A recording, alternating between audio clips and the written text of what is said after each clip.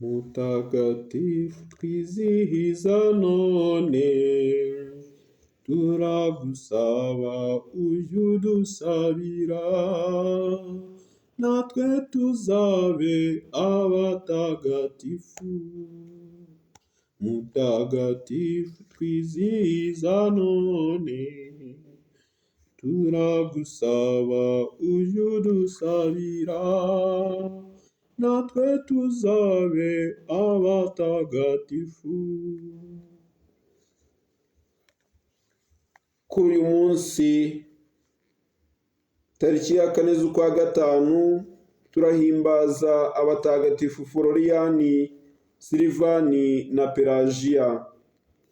Buri tariki 4 z'ukwa gatanu tujye tuzirikana neza aba batagatifu, kandi tugiye kujya tubagezaho amateka y'abatagatifu.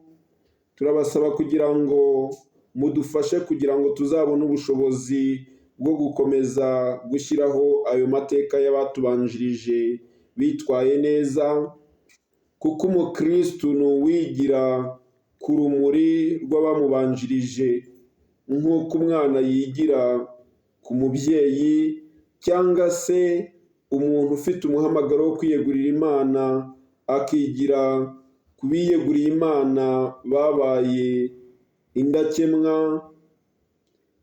ndetse n'ushaka gushinga urugo agashingira ku ngo zimurikira izindi, ingo zibanye neza.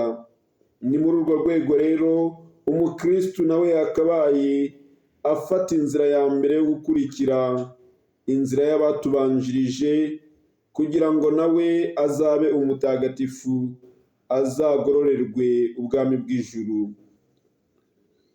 Ni ku mateka rero ya mutagatifu Floriyani na Pelagiya tugiye kugarukaho uyu munsi.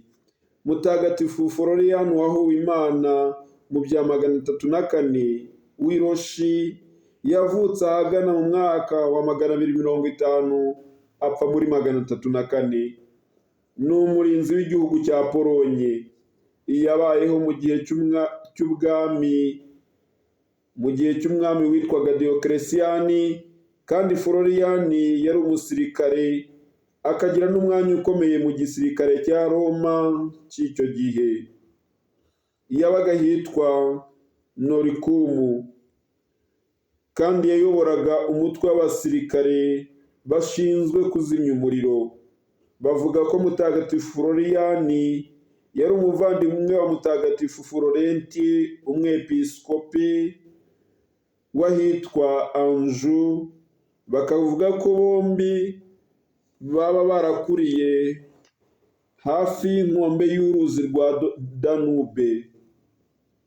Bavuga ko igihe Prefe Akwiliyani abaciriye urubanza rwo gupfa, Florenti we yarokotse ku buryo bw'igitangaza, maze asezera ku muvandimwe we.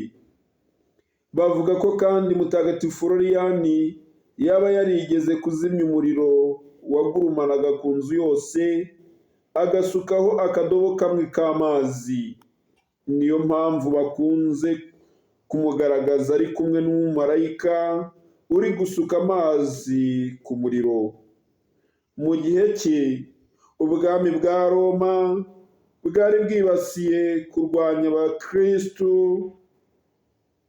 bukanabuza ko ubukristu bwagera hose. Muri icyo gihe Abanyaroma bohereje umutegetsi witwaga Akwilinusi, asaba Floriyani gutura igitambo cy'ikigirwamana cy'Abanyaroma. Nuko Floriyani wari umukristu arabyanga. Nuko arafatwa, arakubitwa, kandi agirirwa nabi cyane. Bigeze aho bamujugunya mu kiyaga cya Enisi, bamuhambiriyeho ikibuye kinini cyane. Bavuga ko nyuma yaho umugore witwa Valeriya yagize inzozi Floriyani amusaba ko yashyingurwa mu cyubahiro ahantu hakwiye. Bavuga ko umurambo we waba warabanje gushyingurwa mu kigo cy'abihaye Imana cyitiriwe Mutagatifu Floriyani, nyuma umurambo we ukajyanwa ahitwa Rinzi. Andi mateka avuga ko umurambo we waba warajyanywe i Roma, nyuma akajyanwa i Krakoviya mu gihugu cya Polonye.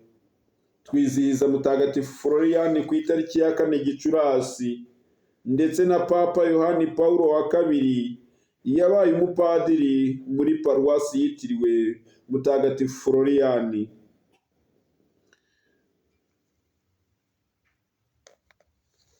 Mutwemerere twongere tugaruke no ku mateka ya Mutagatifu Pelajiya.